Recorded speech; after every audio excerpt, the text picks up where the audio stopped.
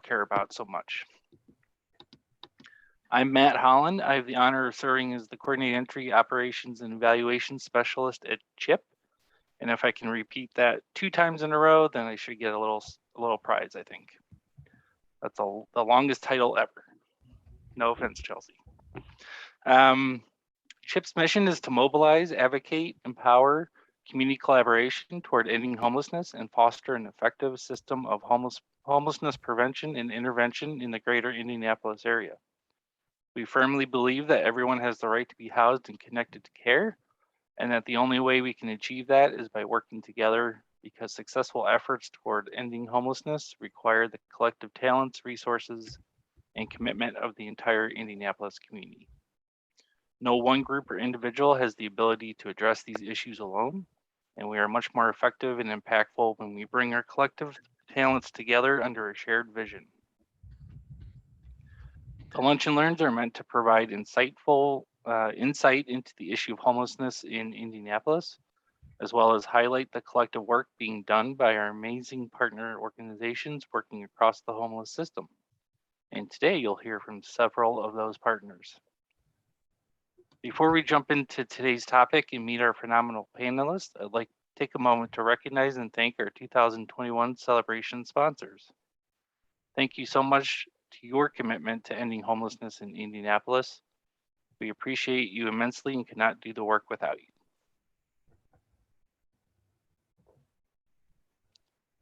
Today's topic is one that we all wish was not so relevant, and it's leading from experience, engaging peer specialists and those with lived experience. We all know the saying that the best way to understand someone's experience is to walk a mile in their shoes.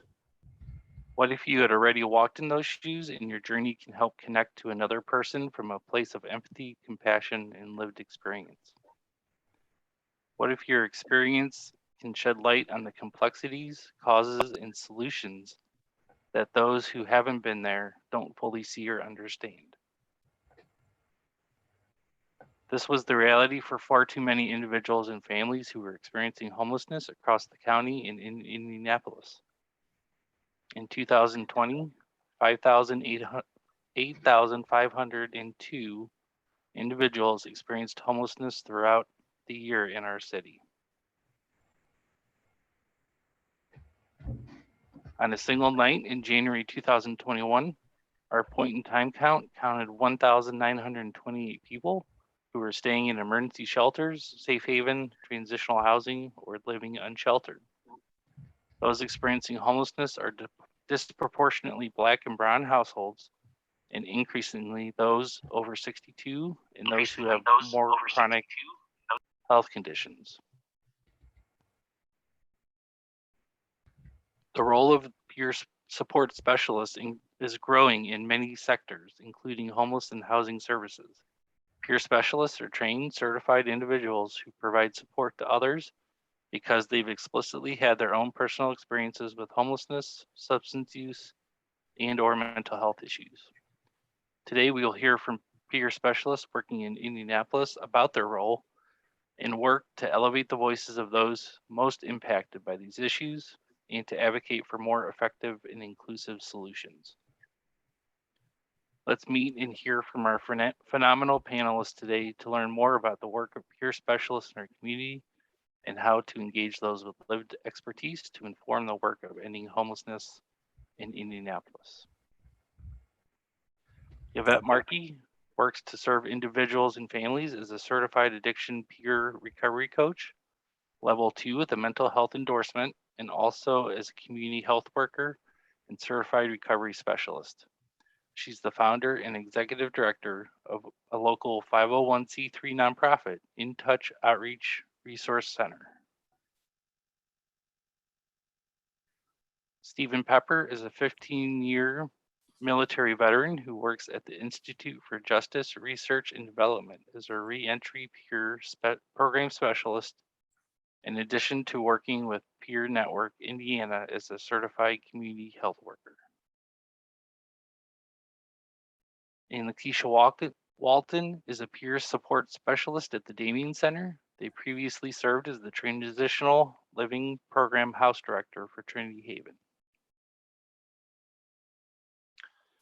So to open up with our panelists, if you could each take just a minute and let us know what part of the homeless response system your work typically falls in, what populations you work with the most, and who or what inspires your work.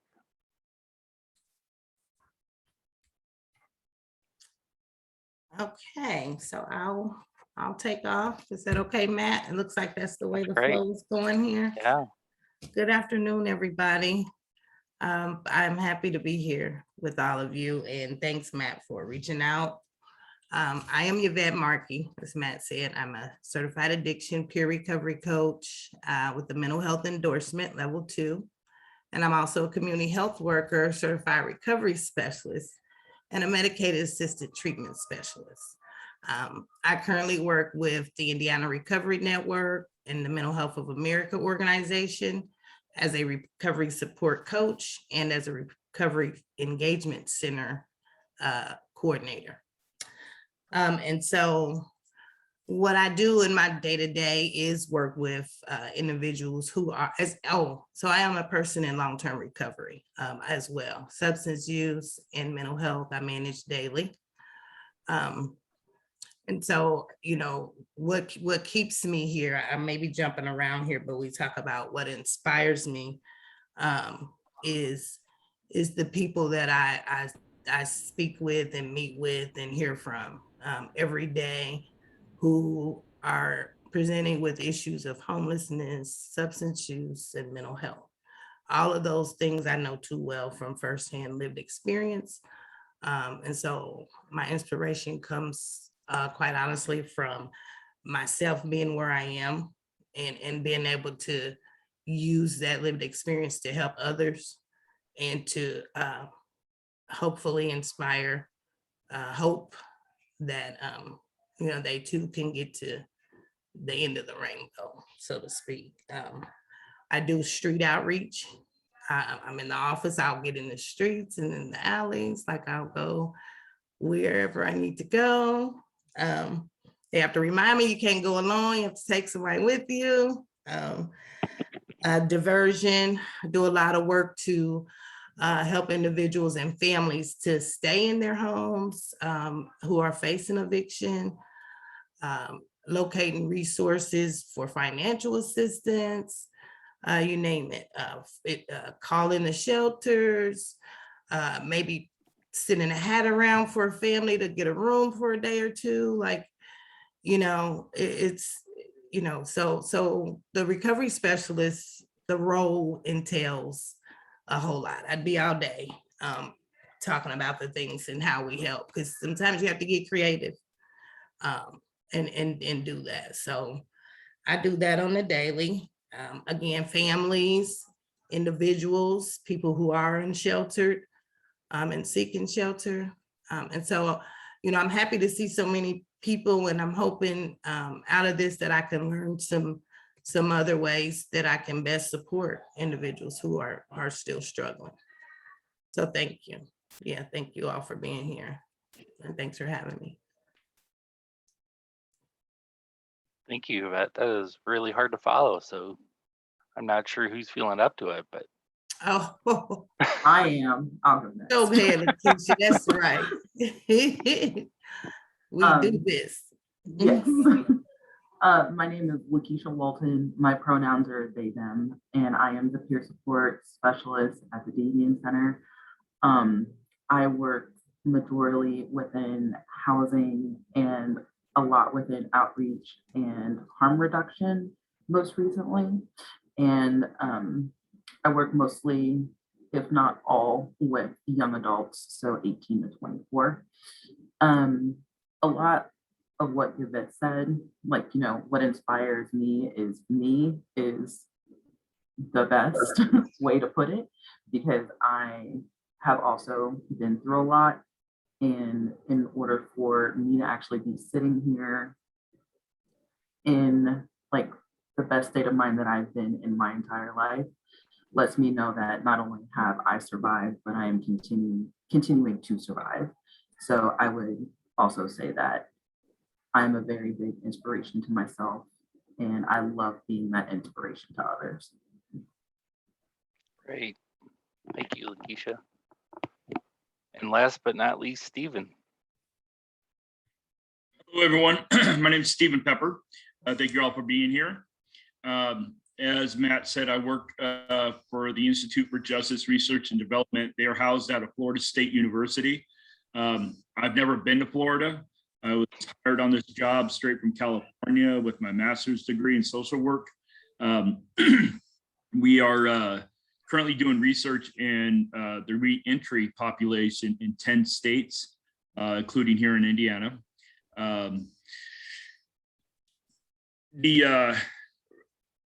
Fortunately, or unfortunately, it's fortunate that I do have lived experience with incarceration in California. I did 7 years in the California State Penitentiary, and that actually is a benefit to me now with the population I work with.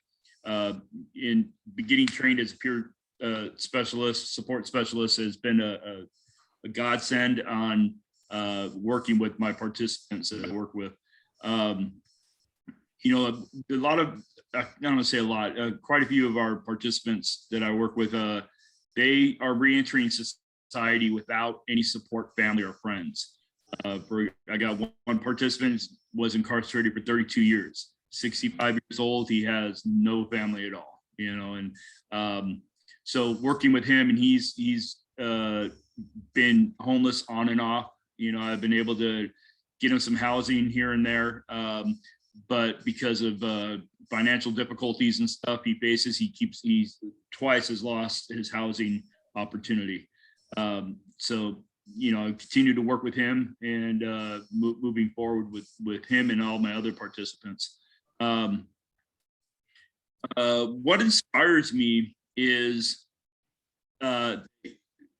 what I have at the bottom of my email says the human ability for positive change.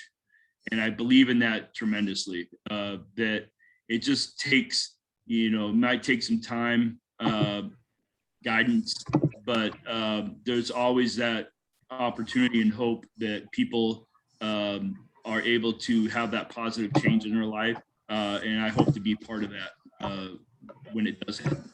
So, thank you. Thank you so much. What an inspiration all three of you are. Let's jump right into your expertise as peer specialists and kind of talk through just briefly, what are some of the specific tasks that are entailed with that? And you've mentioned that there's a lot of flexibility and you follow a lot of different needs based on where your clients are needing that support. So if each of you could kind of talk through just to take us through the life of a day of a peer specialist and what that might look like.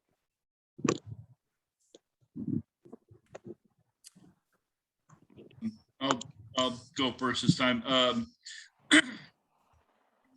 One of the things, my caseload is about 70 individuals, but unfortunately, some of them have been reincarcerated, and or some of them have not been active in programming with me for whatever reason. Once they got out, they got busy and just fell off. We still keep them on file and record, and you know, continue to do outreach to them. But my day is pretty heavily scheduled. You know, I try to keep busy throughout the day, and during COVID, it was really difficult because it was all Zoom meetings and phone calls. And I love being one-on-one in person because there's more intimacy there. There's more ways of connecting with individuals face to face. So, you know, the job I have, you know, they said, you know, you can't meet with people. And I, you know, still met with people here and there just because, you know, we safety protocol and everything, and it was fine. But now that we're, you know, able to meet more often, I do notice that more participants are actively involved in the programming. I'll go out and see participants. I'll buy them lunch. We'll sit together and you know, talk about what, you know, we do a lot of solution focused brief therapy. You know, we focus on what's been going good in their lives, what's the good stuff, and instead of deficit focus. We try to avoid that. And get goals and plans and put together, and provide the resources where they think they need them. And there's been many success stories and some heartbreaks also. So it's not a perfect business, if you want to call it that, but it is it's a true blessing to be able to work with people who I can relate to. I didn't mention before, but I do have, again, he mentioned I was 15 years in the military. I returned from overseas with PTSD, so I do have some mental health issues. I have been homeless twice in my life, once in my addiction and once out of my addiction. And I do have 20 years of recovery also. So being able to have all those experiences have been a benefit to me now in my life to help others.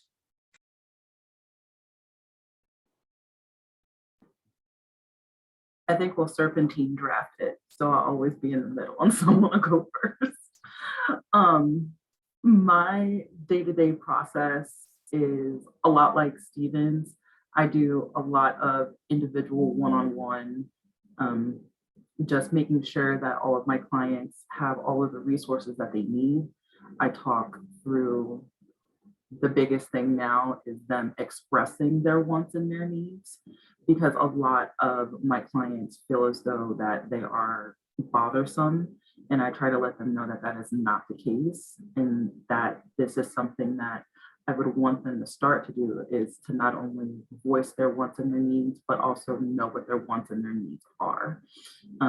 So I'm also doing a lot with helping my clients with learned helplessness when they feel as though or the thing that they want to do is just so like overwhelming that they'll just shut down and then just kind of vanish because they don't know where else to go. So I'm helping a lot of them with not only finding the path that they want, finding the path that they need, but also like realizing the resources that are out there to them to make sure that they can get them themselves. Basically like letting them know that they are strong individuals in order for them to get this far, and not everything is by the making of their own hand, and that there is support. So a lot of phone calls, a lot of outreach, and also learning the things that I can in order to help them get the things that they need. So a lot of what I've been learning now is with the IHA vouchers and like how to help them through like that process.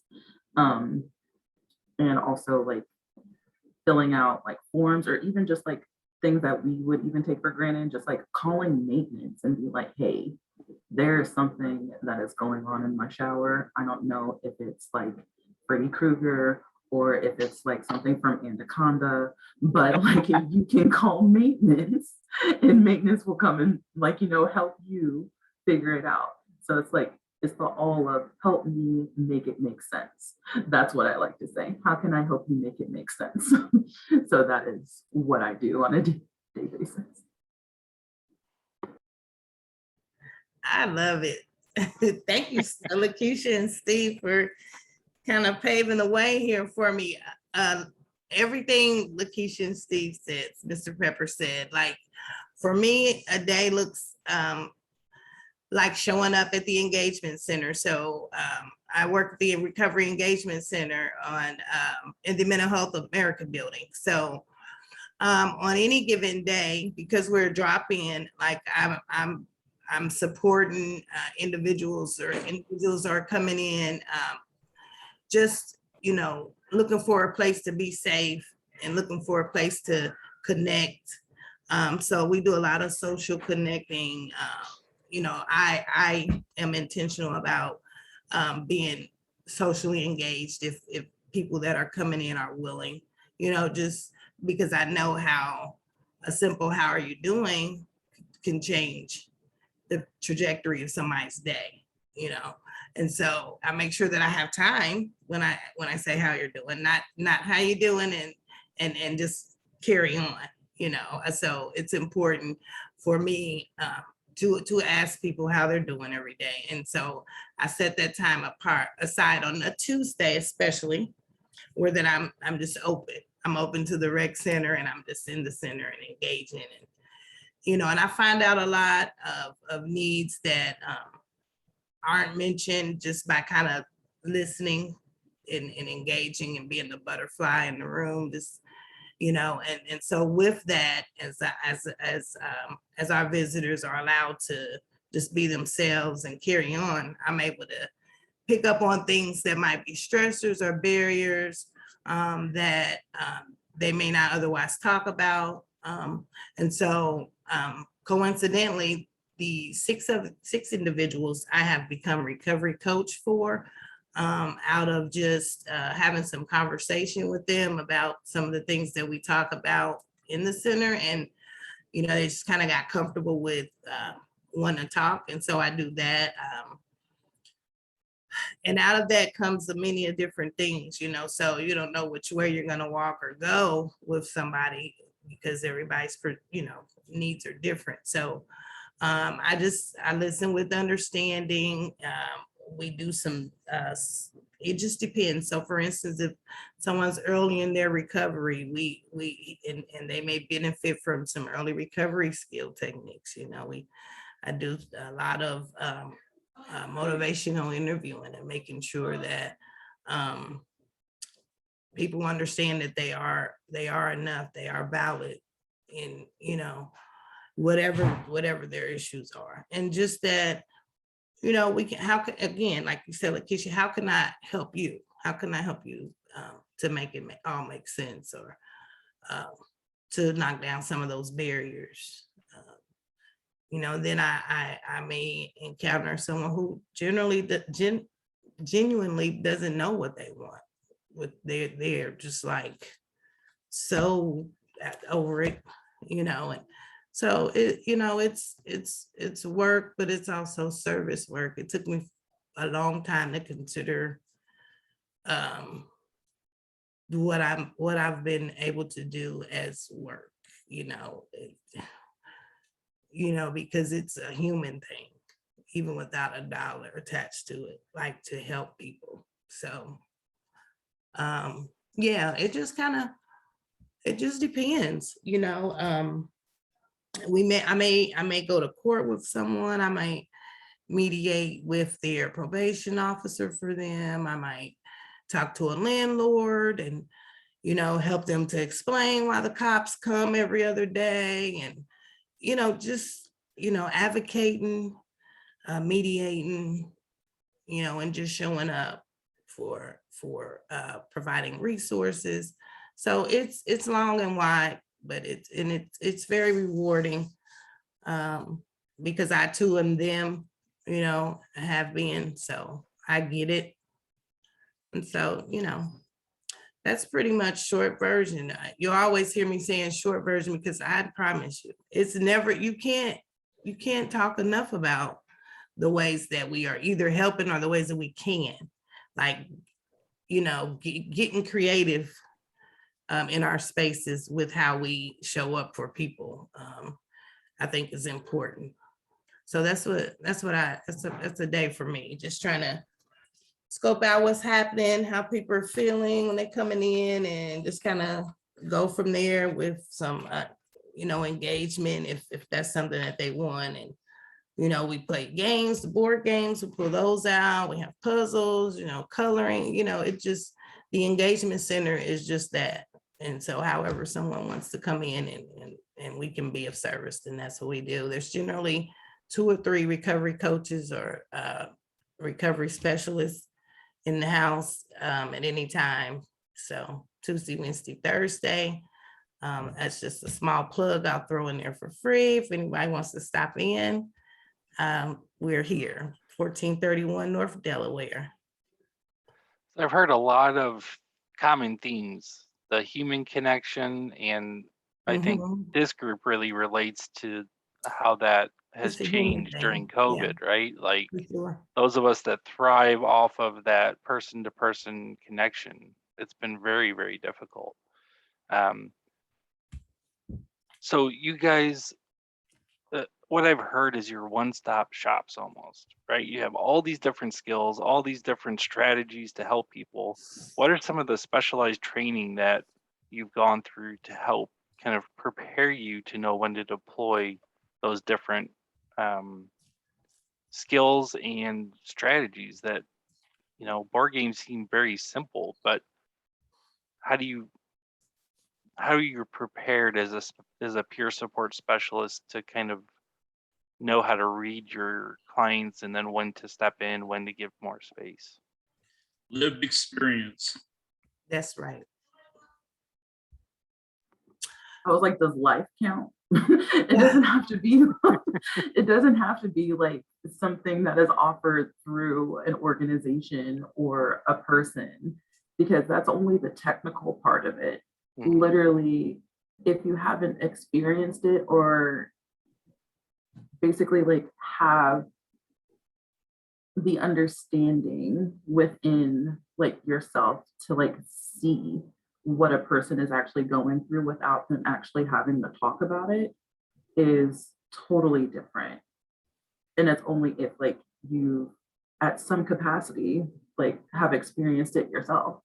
There's no way that I would be able to like approach someone that is living or like a client of mine living behind like an abandoned gas station if I wouldn't know where to look. And it's only because like I have been in that position where it's like, okay, it's getting cold, like the places that I would search for would be abandoned car lots or like something behind a gas station, anywhere that has like some sort of shelter that can provide warmth is where I could potentially find a client that I haven't talked to in about a week.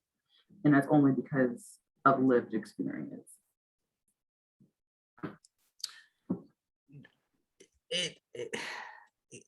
It's a human thing. I can't say it. I gotta say, I just gotta keep saying it. Like the lived experience for sure. Like if you, and then some, just as a human, like man, you should, if we pay attention enough, I think it's my opinion, we all took some consideration of people around us or in our workplaces or people that we are supposed to serve.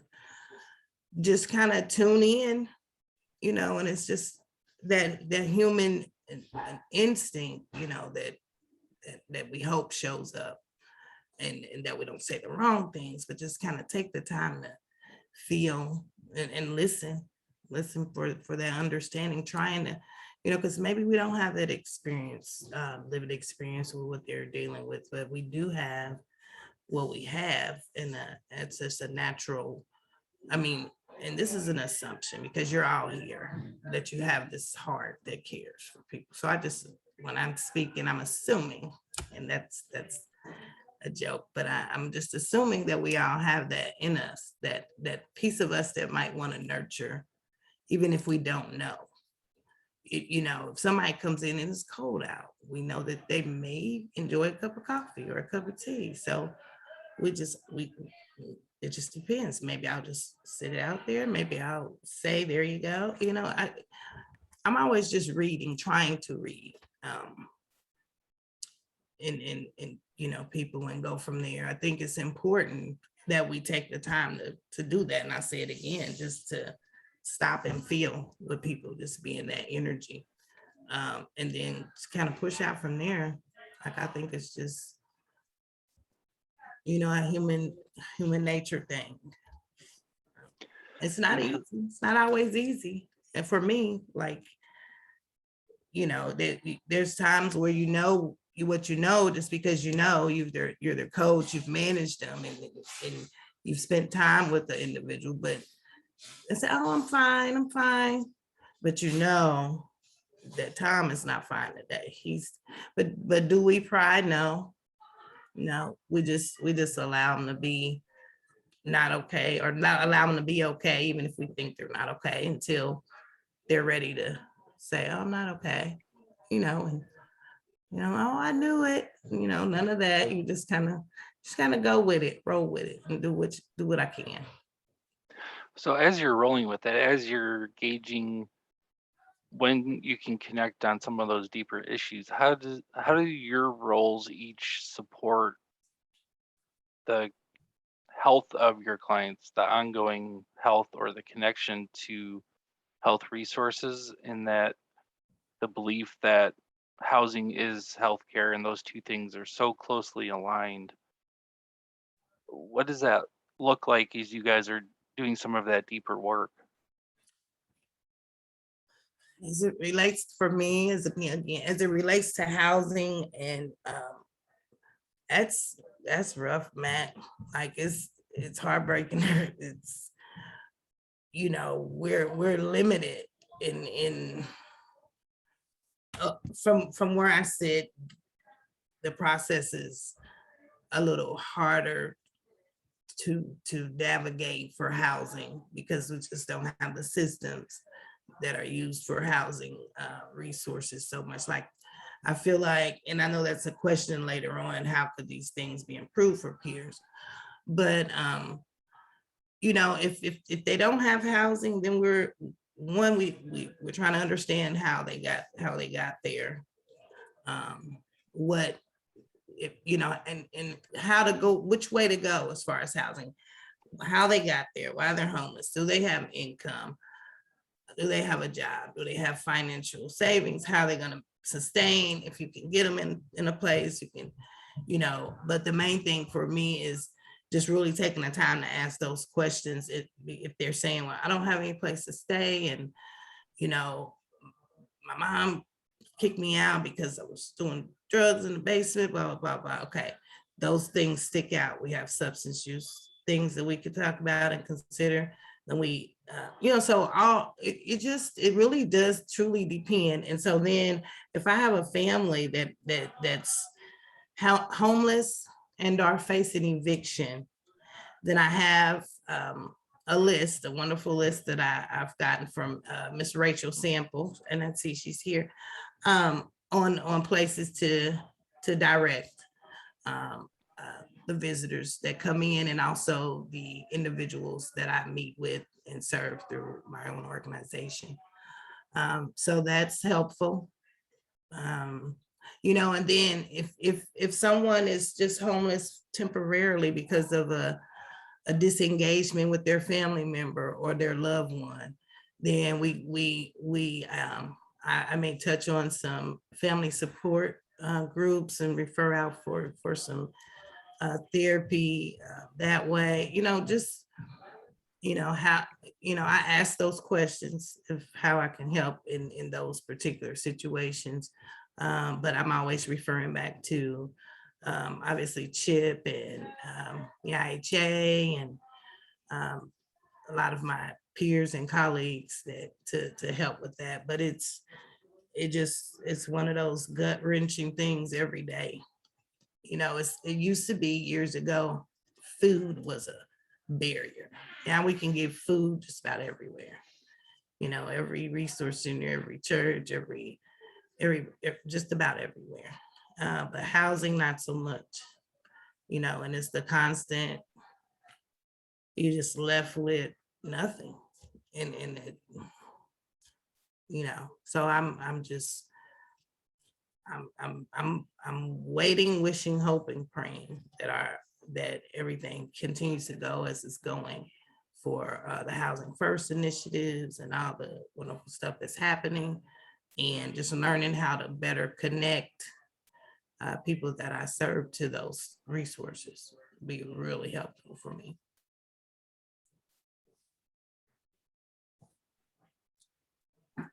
Anybody else have thoughts on that? Because I do want to kind of go into like that gap analysis, right? Like as the work you're seeing those gaps, and how can we closer align the homeless system with peer specialists doing the work on the ground and make those connections easier, make it more intentional, make it simpler. It's very, very complex. Yeah, for sure. For me personally, my story is a lot like the individuals that I've been meeting. I was homeless because my mom kicked me out because I was gay. Not was, am, continually. Present participles are a thing. And she sent me to conversion therapy and I ran away from that. A lot of people that I meet on the street, especially within Black homes that don't feel safe with coming out to their families or do, and their families kick them out, they have no safe place to go. And then when it's specified by gender, also becomes a problem because of the safety that's involved in that. So I would love for more gender inclusive options for people that I do meet, and have a resource available for them, because also that resource wasn't available for me. The one that I do know of is Trinity Haven, and Trinity Haven only has like so many like beds within their house, Right. and then have to go through the host homes program, which is through YouthLink and outreach, and then that's only available within Marion County. It's not available within the whole state of Indiana. So I think like even though we have like planted the seed, but we need to start like watering that seed so it can come to like fruition of some sort of, like, that's what I would love to see. Like OutCare is a great resource for that gender inclusive and sexual, like everything in between, but it's a list that isn't updated often. Yeah. And I would like to see that more. Okay. Okay. What are those resources that you found to be really critical? The resources that you go back to time in and time out and are very consistent, leading your participants to better outcomes and some of those resources that they need, and they are able to actually grasp those resources. With the population I work with in reentry, one of the most outstanding resource I use, and it's alongside housing, is job placement. You know, they people come out and they want to work. You know, they want a good job, and so the biggest and most beneficial one that I found is Recycle Force. They are huge in bringing people in and getting them trained, certified, and finding bigger and better jobs in the future, which go hand in hand with, hey, I got an income, I can pay for housing now, so, and they want to be independent. They want to be able to do that on their own. So that's one of my best resources I have when it comes to job placement for the population that I work with. I'm talking about, unfortunately, there are some participants I have that, because of their crime, they have residency restrictions or zoning areas where they can't live in certain areas.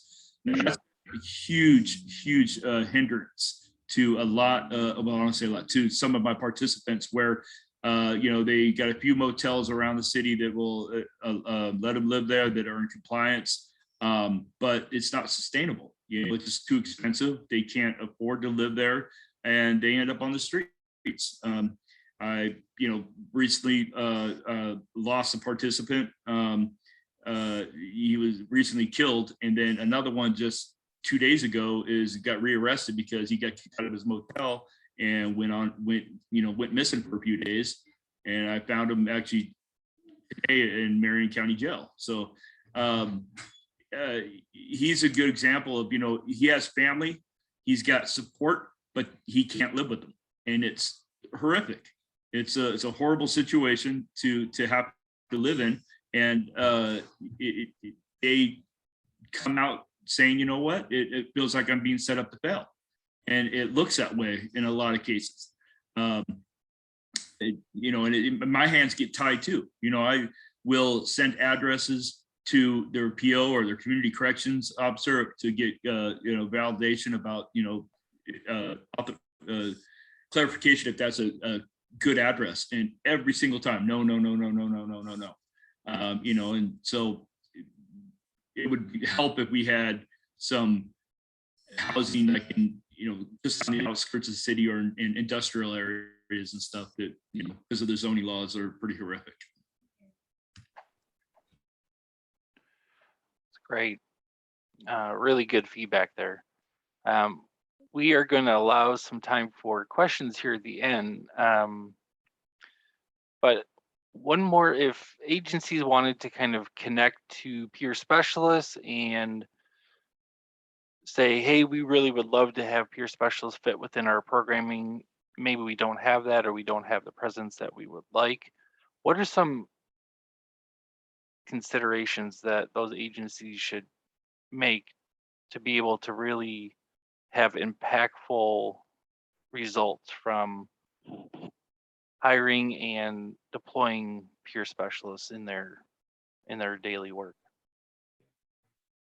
That was just gonna be my response, Matt, was just that, like, seek out and hire support within the organization, lots of it.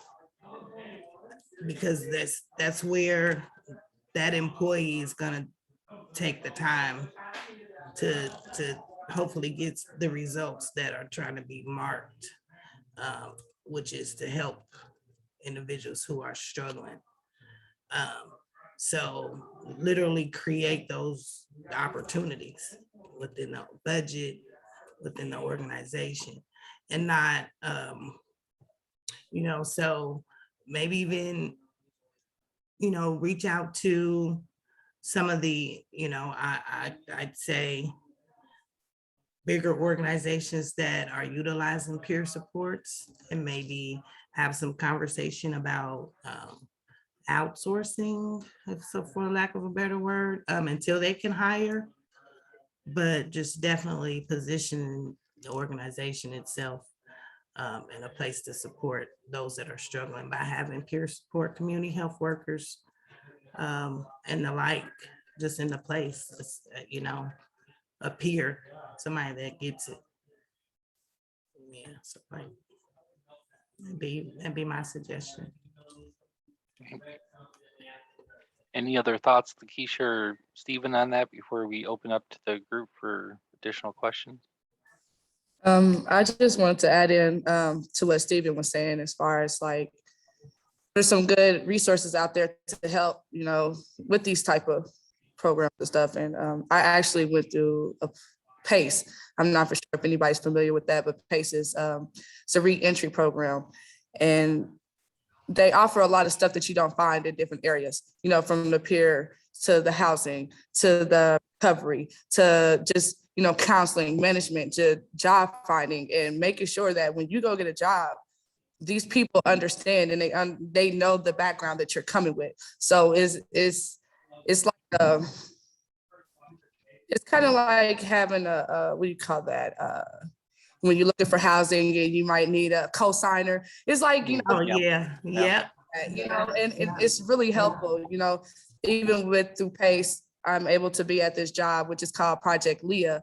And we continue to use the same expertise that they use at PACE here, just helping individuals from job training to skills trainings to, housing, and trying to understand and meet individuals' needs to help them be successful in life, and, especially with me going through a lot over the past couple of years and experience different things, from not being able to get a job because of my background, or not being able to continue education because of my background, or I wouldn't be able to get a job in that field, or just housing.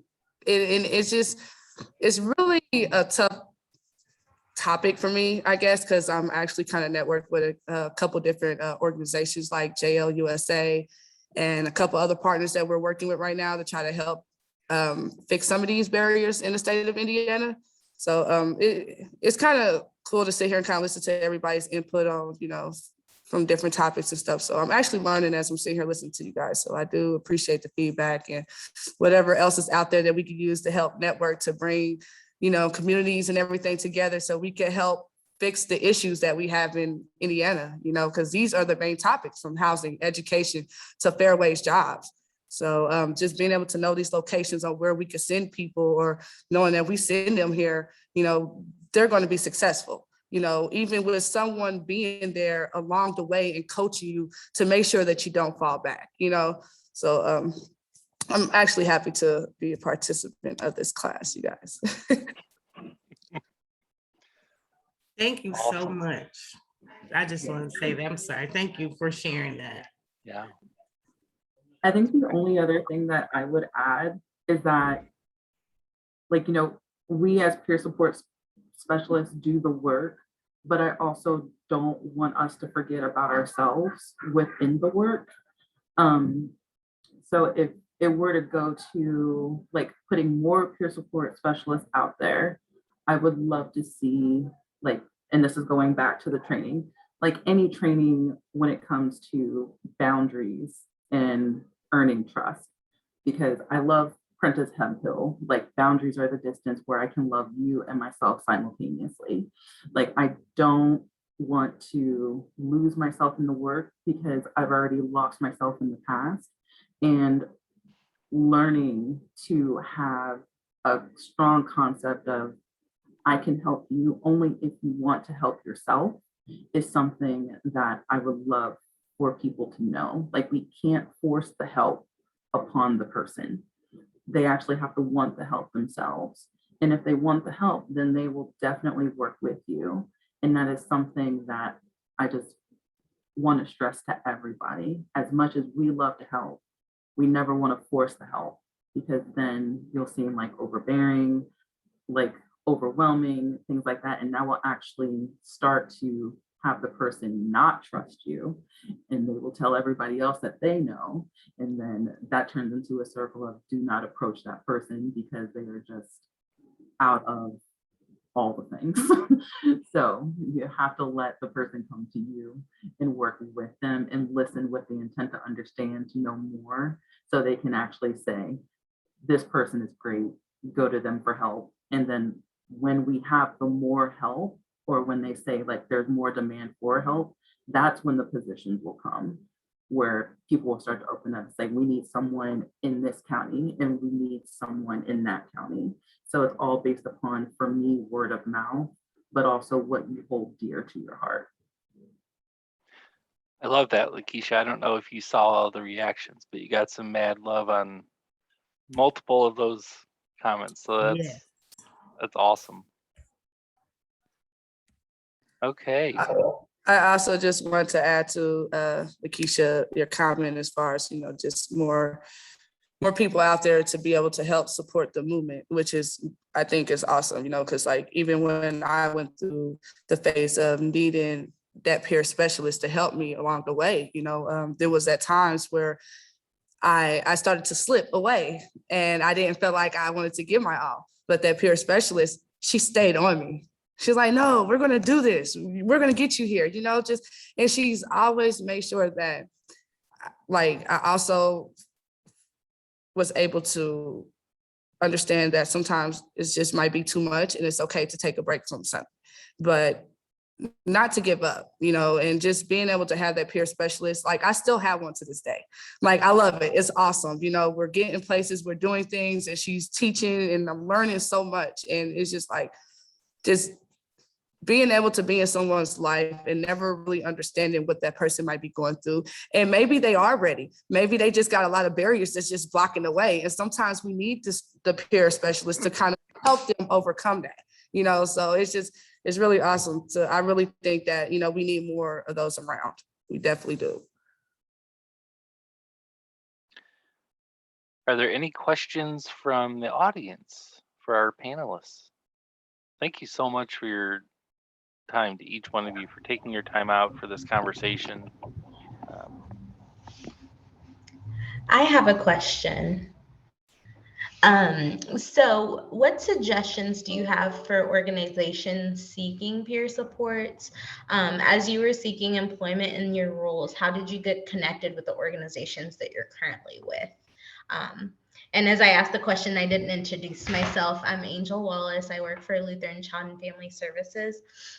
and I work for a permanent supportive housing program called Pando, and we are currently looking for a peer support specialist. So this has been very insightful for me. I really appreciate your time being on this panel and sharing your wisdom with us. So with that being said, that's my question. I can answer maybe answer that question. So for no, I could think. Let me think about it. Somebody else go ahead for a second. I want to get this right because it's loaded. Let me think about that. Leah Hicks. You said Leah Hicks. Yeah. Go Leah. Can you guys hear me? Shameless. It's Leah. Yeah. Yeah, hey there.